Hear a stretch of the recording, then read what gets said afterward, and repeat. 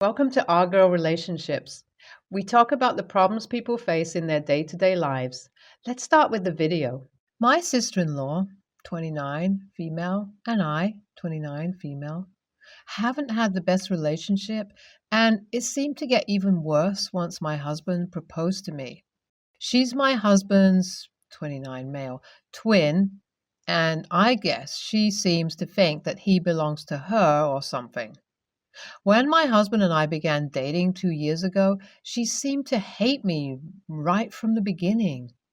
She found every excuse to take a dig or jab at me, especially the fact that I still didn't have my driver's license at my age.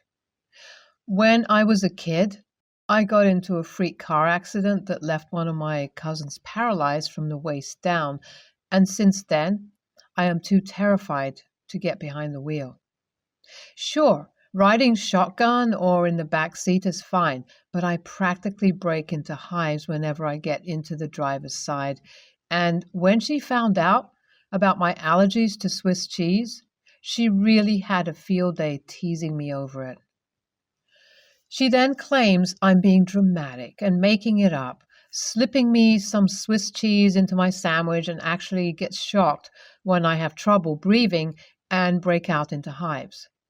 My husband didn't speak to her for months over that, and during that time, she tried to play nice with me to get back on his good side. Her boyfriend, however, is pretty cool and is always nice to me. He has the most adorable son, and I sadly feel sorry for them both because he deserves a better person for a girlfriend, and his son deserves a better future stepmother. He's way too nice of a person to be with someone as vicious as she is, but he is no doormat, and he does pretty well with putting her in her place.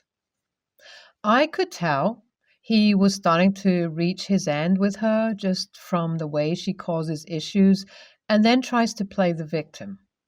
Like the Swiss cheese incident was something that made him so mad he almost broke up with her.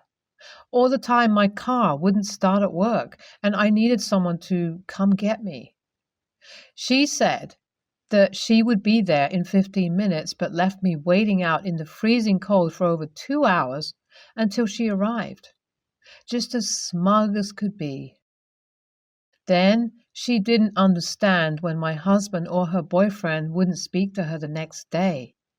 I was excited for our wedding because we are currently staying at his parents' house until we move into our new home on the day after our wedding. That would mean that I wouldn't have to see my sister-in-law so much, and maybe it'll help keep the conflict down. For some reason, my sister-in-law has been trying to find ways to ruin my engagement as far as me being happy. She even had the nerve to be upset that she wasn't going to be my maid of honor and said that I always had it out for her. I can tell her parents are also exhausted with the whole situation, and they have given up on trying to talk some sense into her. I decided to just start avoiding her, but wasn't able to the night of the rehearsal, which was the night before my wedding. After she did her rehearsal with the rest of the bridesmaids, she asks me to speak with her privately and leads me out to the venue parking lot. She then demands me, not asks me, but demands me to allow her boyfriend's son to not only celebrate his 10th birthday tomorrow at the wedding, but for me to cover all costs for said birthday. I asked her, was she insane? And she looked dumbfounded, not even understanding what the problem is. I told her that as much as I care about her boyfriend's son, it is very inappropriate to rearrange the entire day that had been planned out for a year to accommodate his birthday, when it wasn't even his birthday the next day. Yes, that's right. His birthday was the following Monday, not the day of the wedding, which was on a Saturday. She says that it's normal for kids to celebrate their birthdays on a weekend, and I told her they should be able to celebrate it on a weekend. It just wouldn't be at my wedding. She suddenly blows up at me and starts calling me a female dog and how her brother deserves someone who is so much better than I am. She berates me for a couple of minutes until I become so upset. I just told her that she, the boyfriend and son, just shouldn't come to my wedding before I ran off in tears. Now I realize I was wrong to disinvite her boyfriend and his son because I really do like them and they didn't even do anything wrong in this situation. But it's the night before my wedding. My hormones are already running all high, and she's verbally attacking me because I won't change my wedding plans. I tell my husband about what his sister tried to force me to do, and he was upset that he had words with her too. Even their parents were fine with her not coming to the wedding and said that if she can't treat me like family, then she doesn't need to be at a family event. The next day, my wedding was perfect, and I still get emotional thinking about how special that day had been for us. There was absolutely no drama since my sister-in-law wasn't there, and everyone enjoyed it. At the wedding reception, I'm enjoying my meal when suddenly his sister-in-law is calling my phone. I step outside to answer the call, hoping she's calling to apologize, when she suddenly screams at me, saying that her boyfriend wants to leave her and it's all my fault. I ask her, what is she talking about? And she says that her boyfriend got mad at her for being disinvited to the wedding. She said that he doesn't blame me because my sister-in-law probably forced my hand with her wild antics, and that the fact he has to pay for something my sister-in-law did shows him that maybe he shouldn't be with someone who makes him a casualty in situations. Not only that, but he told her that the more she does the things that she does, the more she doesn't look like the best fit for being his son's stepmother. I told her that possibly she can't blame me for something that she caused in the first place by demanding I let him celebrate his son's birthday during my actual wedding. She said that everything is my fault, that she was my husband's twin sister and I was wrong for disinviting her before she hangs up. AITA for disinviting her from my wedding? Wanted to give a one-time update. So my sister-in-law's boyfriend definitely dumped her and I got blamed for it by her. What made him do it was that she came to my husband and I's new home the day after the wedding, screaming for me to come outside to fight her while on our front lawn. I went outside to try to de-escalate the situation and she punched me in the face, upsetting my husband and having him have to restrain her. Even though she assaulted me, I was nice enough to call her boyfriend instead of the police to come get her.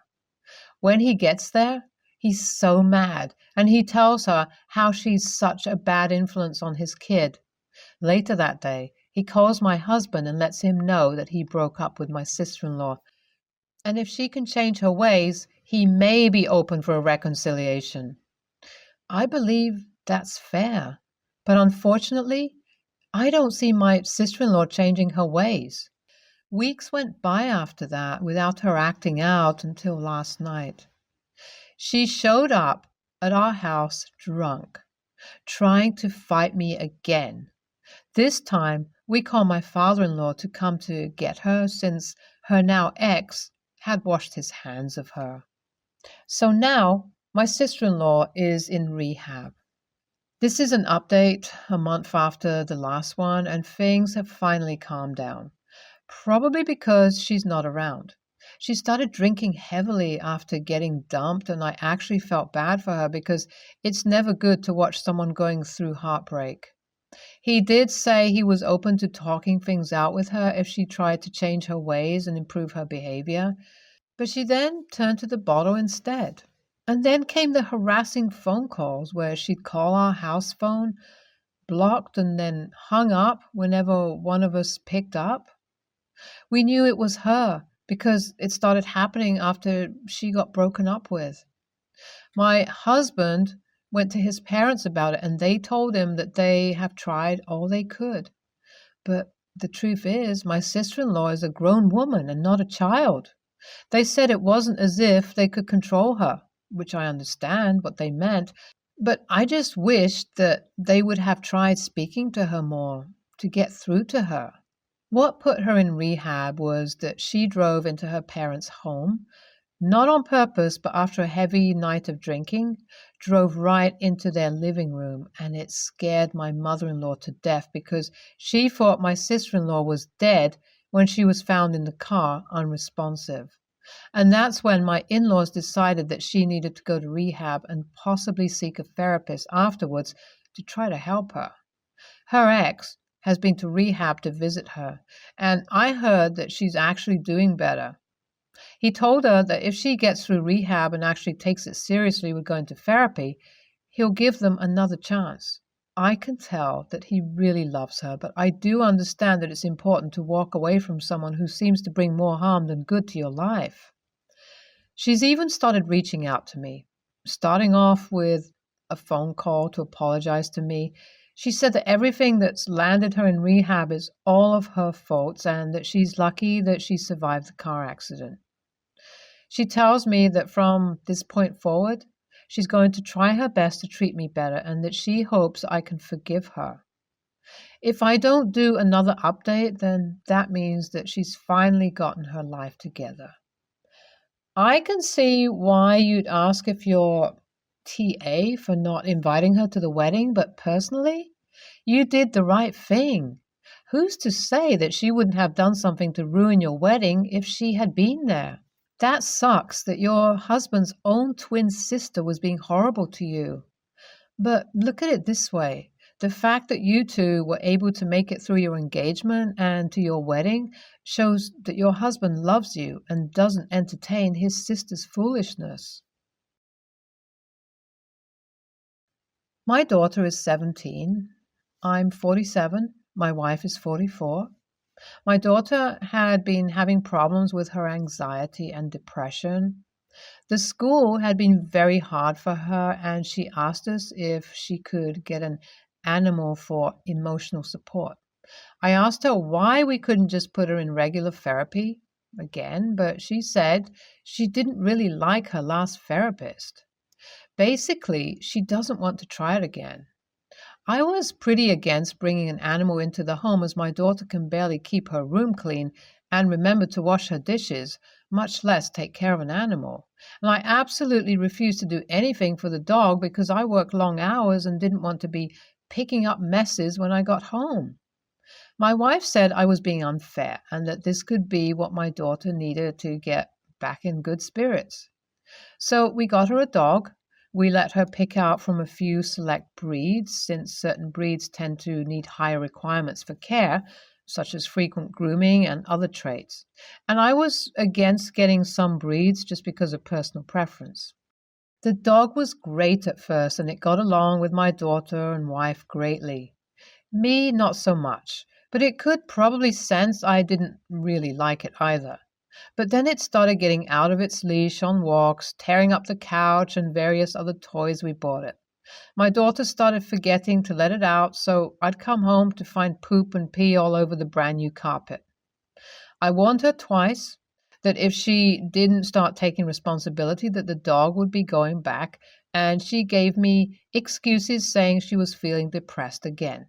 She said she would do better, but didn't. Ultimately, I got fed up, so one day, when she went to school, I loaded the dog in my truck and told the shelter he wasn't a good fit for us. Obviously, when she came home, she was upset. She was saying the dog was her best friend, but I told her that she wasn't taking very good care of him and he didn't deserve that. Wife says it was very harsh to just take the dog back while she was gone, but she agrees the daughter wasn't responsible. My daughter has been saying I brought back her severe depression and we haven't been talking. AITA? NTA for returning the dog to the shelter. It was not having a good life with your family being unable to take regular exercise or go outside. And that is why it was going wild and going to the bathroom inside. It's best it is with a family that has the capacity to look after its needs. And I see your daughter agrees she wasn't caring for it properly. So she needs to understand she can't have an ill, unhappy dog around because it helps her mood at times. It is a living creature and has needs the same way she does. Maybe if she really wants contact with animals, you all should work out something like shelter volunteering or visiting petting zoos where she can see them when she's up to it. Or get a more independent pet that you and your wife are willing to help with. Slight YTA for not discussing this with your daughter in terms of timelines. Whatever she is going through, she should not have found out by coming home to no dog. There should have been a chance to say goodbye. I considered ESH, but ultimately NTA, as this was best for the doggo. ESH. An animal is a living being. If you knew the animal was not going to get proper care and still chose to adopt it, you're an AH. You knew your daughter would not take care of it, and you chose to neglect the dog in retaliation instead of taking responsibility for your decisions. The same thing you are shitting on your daughter for. Why the hell would you get a dog in the first place if you knew nobody would take care of it? That's borderline abuse. The only thing I can give you credit for is returning the dog, so hopefully someone with basic empathy can get it a good home. I, 17, non-binary, have Spanish in the morning from 7:15 to 8:45 EST every morning since the beginning of the school year. My teacher insists that the policy of her classroom is for her to open the door and her only. No student shall open the door unless they're leaving the classroom. I sit right next to the door. Students often arrive to school late, and because they're late, they must wait for her to open the door. No issue, right? However, she leaves students outside for 10 to 15 minutes at a time, and no matter how many times the student knocks, she will not open the door. People end up missing the lecture and miss the instruction for the assignment. She then gets angry at the students for not understanding the lesson or assignment. Today, we were going over a study guide for an upcoming test, and there was a knock on the door. I told her that someone was at the door. She said they must wait. I start a timer on my laptop and wait. About 6 minutes later, the student knocks again. She said they must wait. When the timer hit 15 minutes in, she said the same thing. When the timer hit 20 minutes, I opened the door. Immediately, she starts to yell at me, telling me to not open the door because it's policy, and there was a faculty meeting about it. Other teachers allow their students to open the door. I think this was a lie.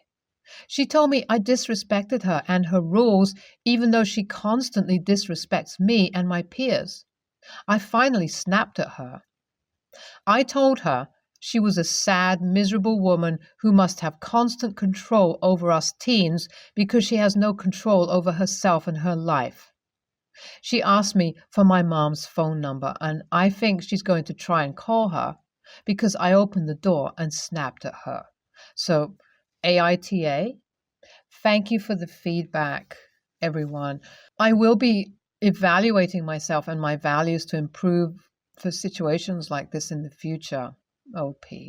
I never want to not take accountability. I understand that actions have consequences that follows. So if I was in the wrong, I would correct it immediately. I only saw a few comments that accused me of lying, and to be really 100% honest, why the hell would I lie about this? Clout? Karma? I've always been the kind of person to seek justice for the people who cannot speak up, and this isn't the first time this whole situation has happened. The last thing I want to do is leave the problem unsolved. By acknowledging I was out of line, I was able to reevaluate myself and really think if it was a bad move on my part. That's why I posted it, because I was unsure of myself, and if I was, I can grow and move on. I never intentionally hurt someone and typically avoid confrontation. Everyone's opinions are valid here. No one is ever right or wrong on judgment. ESH. School policy is that all students are to be in a classroom when the bell rings. No one in the halls. If you are late, the teacher either marks you as late or a sweeper does, and that allows you to go into the classroom. As a former teacher, I have never heard of any teacher keeping a child alone for 20 plus minutes. If something is to happen to that student, it falls on the school and on the teacher who was not supervising the child. Not only that, they are losing valuable learning time. This teacher does not know who is knocking or what their excuse for being late is. For those claiming that children are responsible for being to school on time, no, their parents are responsible. Not all kids live within walking distance. Not all kids are rich enough to have cars, and some aren't even old enough to drive. Not all kids live in an area in which traveling alone is safe, especially if they are told to walk in the dark. My child starts at 7 a.m., and I spend half the year driving her in the dark. Your privilege is showing. Some may have disabilities or broken homes. Twice we were late because of an accident that we witnessed. Sadly, my youngest watched someone die in one. Buses are late and our streets flood. There are so many reasons why this teacher's policy is crappy, and so are the attitudes of those who believe a 14-year-old should purchase and drive their own car or walk in the dark alone to school. OP sucks because this issue should have been brought up to their parents, to the principal, to the district if need be, ages ago. You just went about this the wrong way, and the teacher's response was also unprofessional. ESH. NTA. Why is the teacher making students wait in the hallway? What purpose does that serve? If I were a student, I would just walk in.